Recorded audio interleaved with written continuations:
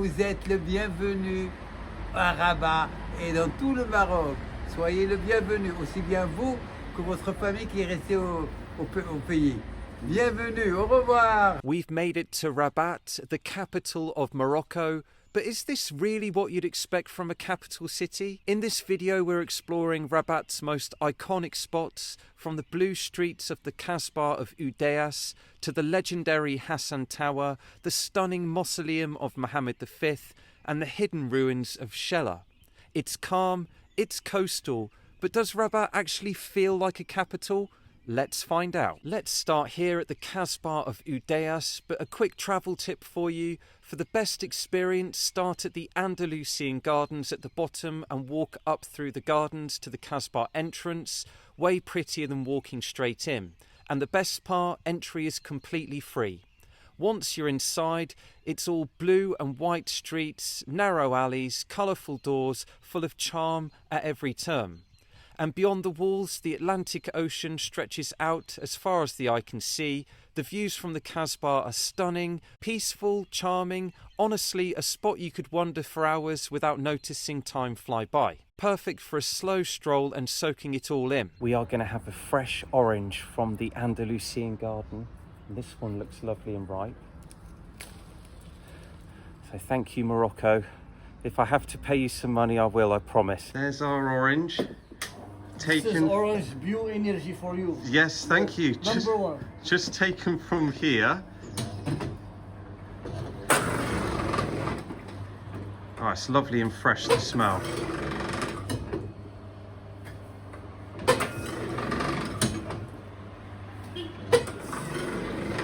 Lovely. I need this as well after walking around. Blue. Thank Very you. nice. Yeah, it smells lovely. And the price? €1. One. 10 dirham. Perfect. 10 dirham. Thank 10 you. dirham. This is for you. Thank you very much. Welcome in Morocco. Thank you, my man. Welcome, my friends. Cheers. Where are you from? England. Welcome, England. I noticed you have someone on the wall. Who's this? This is my family. Wow. Yes. This is a big artist in Emirates, Sheikh Hamdan. Okay. It's very good man. Yeah. Sheikh Hamdan, Emirates. Welcome in Morocco, my friend. We're standing outside the Andalusian Gardens where we got the orange. It's just behind the wall. Thank you, Mufti. 20 Moroccan dirhams for this. Let's give it a try.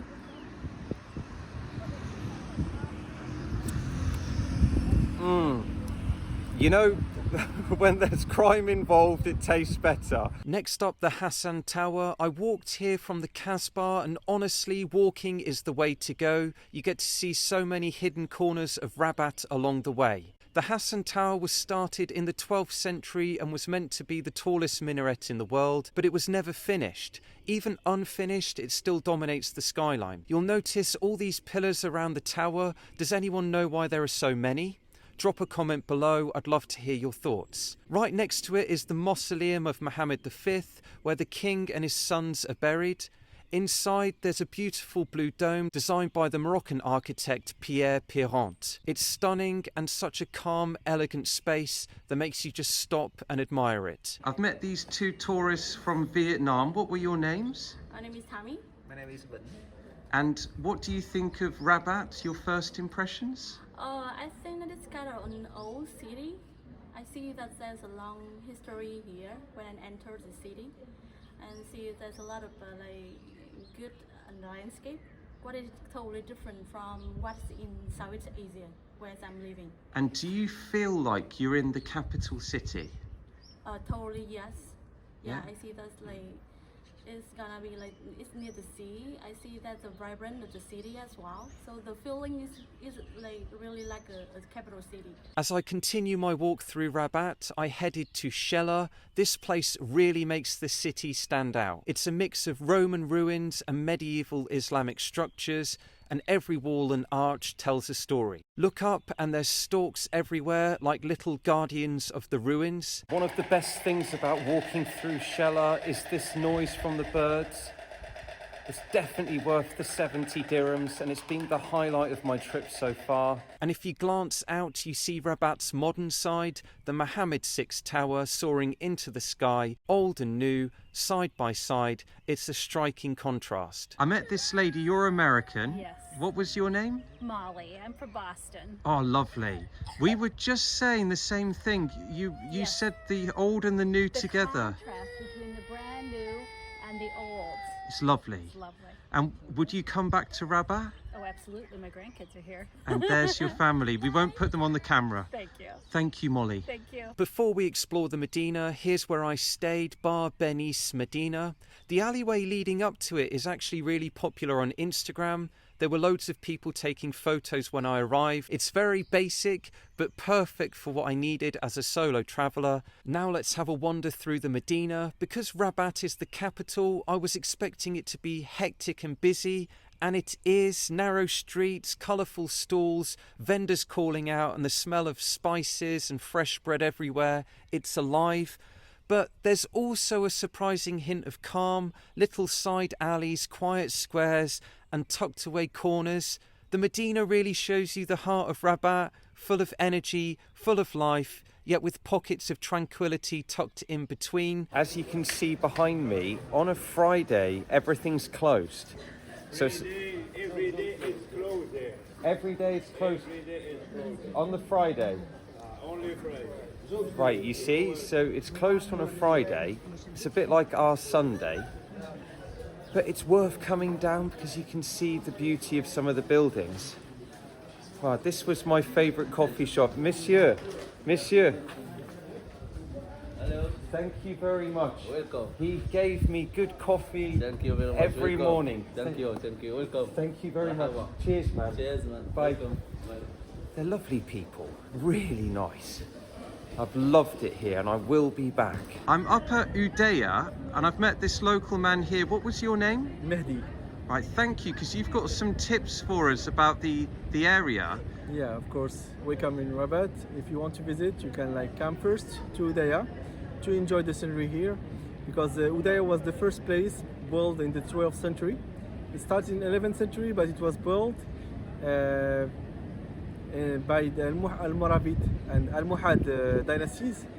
So it was for military camp. They use it as a military camp, and nearby there is a garden. It's called Anderlucian Garden. You can start by these two places. Andalusian Garden was built in 17th century by Moulay Ismail, the king Moulay Ismail, and used to be his military people living in this area. And also when he came to Rabat, he used to stay in his building there. So you can start by coming here first, Udayas and Andalusian Garden, and then you can go to Hassan Tower and Mohammed V tomb.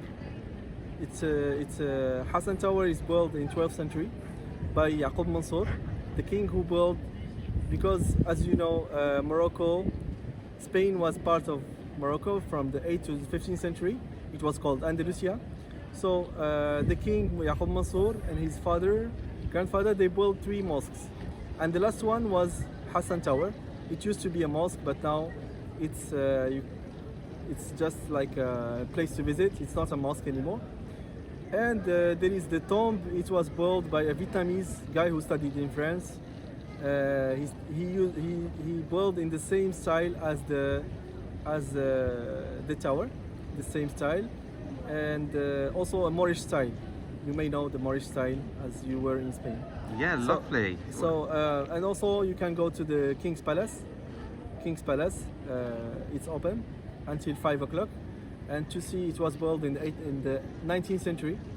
It was built in the 19th century. The king doesn't live there. It's also for reception and the office for the king, and for his family. They use it, but they don't live there anymore. They live in Saleh. So And that's just over the water, Yeah. Saleh. We can see it from here, can't Yeah, we? you can see the Saleh. Saleh, here is Rabat. There is the river, Abiraqraq river, and Saleh is just near Wow. to Rabat. It becomes one city now, but it used to be separated. Well, do you know, thank you so much. It's my pleasure. We met by accident. Yeah. And I found out that you actually do this tour in Chinese. Yes, I used to be a Chinese speaking guide, so my English is not. Do you know what? You speak great English, but do you want to say goodbye in Chinese? Yeah, 再见, 再见. And that's it. We've reached the end of this Rabat video. If you're wondering why I wasn't in the video much, it's because I had a problem with the wind in Rabat, so it's a very windy place, bear that in mind. Did get a bit chilly at night as well in the months of January and February. I really am still trying to work out whether it felt like the capital to me or not. And I suppose it depends from which country you're coming from. So from a Western point of view, obviously Casablanca felt like the capital. But I do like the mysterious side, and it's got a bit of a strange vibe, Rabat, in a good way, by the way. And I will go back. I really enjoyed it. I can honestly say, I keep saying this each video, it was my favourite place. But at the moment, we've got Essaouira and Rabat joint first. So it's a definite go-to. Don't just go to Marrakech and say you've been to Morocco. I don't want you to be one of those people. So let me know below. If you made it this far in the video, then you're going to get a special thumbs up in the comments below. But write Morocco, and I will see you in the next video. And it's why I didn't like Marrakech. That's what I'm going to call it, because I'm going to tell the truth. So I'll see you then. Cheers, guys.